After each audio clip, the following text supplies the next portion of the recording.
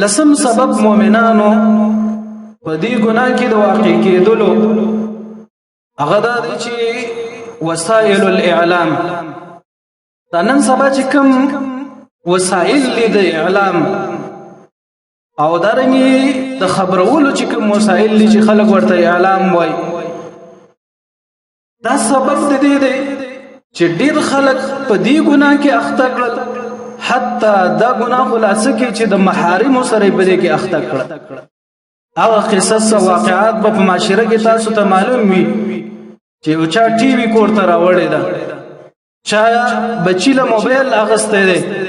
چا لور له موبایل اغسته دی هغه د خپل مور په عزت کې واقع شوی دی هغه د خپل خور په عزت کې واقع شوی دی هغه د خپل ترور په عزت کې واقع شوی دی ولی ځکه د دې اعلام فاسد د وجنه او په دې اعلام کې د هغه تصویران او د هغه لیکنې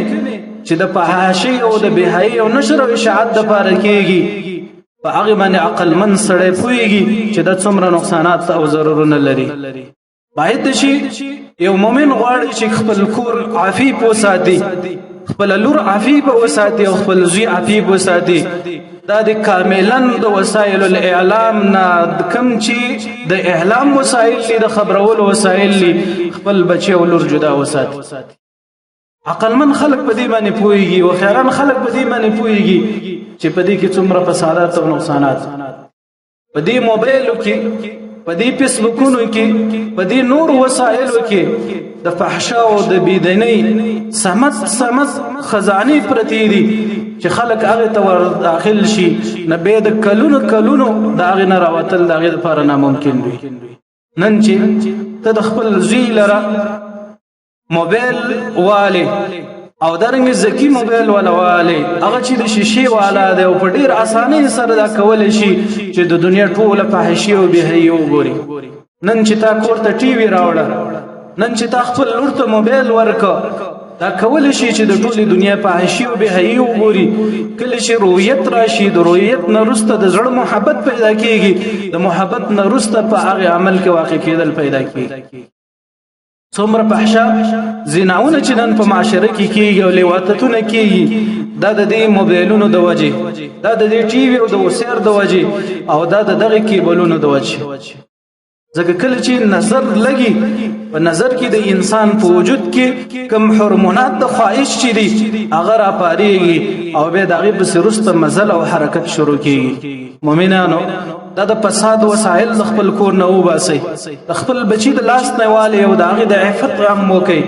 د خپل د لور د لاس نه والي د هغه عفت هم وکي اسونه قتل چې زمون معاشري ته د ډیر عفیف او عزتمند او دیندار خلکو ویډیوګانې راووتلې ولی راووتلې دا غي وجه څه ده ولی د یو سړي د خزي تصویر راوځي او د هغه ویډیو راوځي ولی د لور تصویر او ویډیو راوځي او دغه وسایل چې نن من په دې باندې حفاظت او ساتنه نشته او د بچي د کم عقلی د وجنه او د کور والا د کم عقلی د وجنه غلط استعمال پیدا شي په پټولنه کې زمنګ عزتونه تار پتار شي به ټولنه نوزو به په جرګه کې نشو کې ناشته به په مسجد کې سره نشي وځي کېدل به زمنګ ټول عمر سترګې کتوي زګه چې التا من خپل به احتیاطي کړی وي چې بچی ته داسې وسایل لاوړي وي چې هغه د فحشا او د بهایي د پاره لار زما استاد لور او خزه او بچي په دې سکرین والا موبایل باندې سکی اي تجارت بند تعلیم دې ته بند کم ضرورت دې ته لري ولیکن امام شافعی رحم الله فرمای چې انسان کې دا قانون دی چې یا بزان په حق باندې مصرفي او یا کو حق باندې ځان مصرف نه کینو دا په باطل باندې مصرفي نن د خپل د بچی موبایل ولټوي چې پاره کې څه دي زما استاد بچی څومره دیندار دی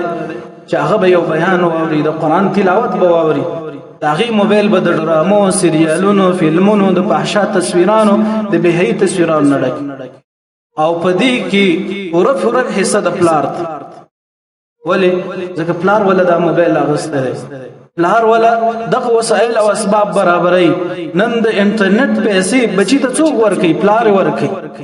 نو دغه ګناونو او معصیتونو کې دغه انسانان باخته کېږي مؤمنانو دا وسایل لري کوي خپل ځان نه لري کوي د ایمان په خوند به پوه شي د بچو او لورګانو نه لري کوي د کور او د ټولنې ماحول هغه لذتونه او خوندونه به وسکي کله چې دا وسایل په معاشره کې وي هغه کور کې اتفاق او وحدت نشي راتلی کله چې دا وسایل وي